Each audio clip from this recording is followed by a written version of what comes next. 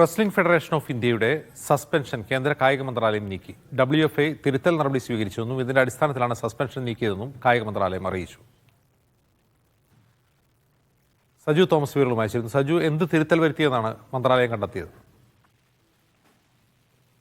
അജംസ്, ഗുസ്തി federation of ഇന്ത്യയുടെ suspension ഇപ്പോൾ പിൻവലിച്ചിരിക്കുകയാണ്. പ്രധാനമായിട്ടും ബ്രിജ്ഭൂഷണ സഹായി സഞ്ജയ് സിംഗിന് പൂർണ്ണ നിയന്ത്രണം സസ്പെൻഷൻ കാലയളവിൽ WFI വരുത്തിയ ഭേദഗതികളിലൂടെ അദ്ദേഹത്തിന് നൽകിയിരുന്നു. അതുമായി ബന്ധപ്പെട്ട് ഇപ്പോൾ തിരുത്തൽ വരുത്തിയെന്നാണ് ഇപ്പോൾ കണ്ടെത്തിയിരിക്കുന്നത്. പ്രധാനമായിട്ടും നിയുക്ത ഭാരവാഹികൾക്കിടയിൽ അധികാരമായിട്ടുള്ള ചില പ്രശ്നങ്ങൾ നിലനിന്നിരുന്നു. ഈ പ്രശ്നങ്ങളൊക്കെ പരിഹരിച്ചതോടുകൂടിയാണ് ഇപ്പോൾ ആ സസ്പെൻഷൻ പിൻവലിച്ചിരിക്കുന്നത്. എന്തായാലും ഇനിയിപ്പോൾ 4 ആഴ്ചക്കുള്ളിൽ ബാക്കി പ്രക്രിയകൾ പൂർത്തിയാകുമെന്നാണ് ഇപ്പോൾ മനസ്സിലാക്കാൻ സാധിക്കുന്നത്. ഈ വിഷയങ്ങൾ പ്രധാനമായിട്ടും മുൻപും ഇതുമായി ബന്ധപ്പെട്ട് വലിയ വിവാദങ്ങളൊക്കെ നിലനിന്നിരുന്നു.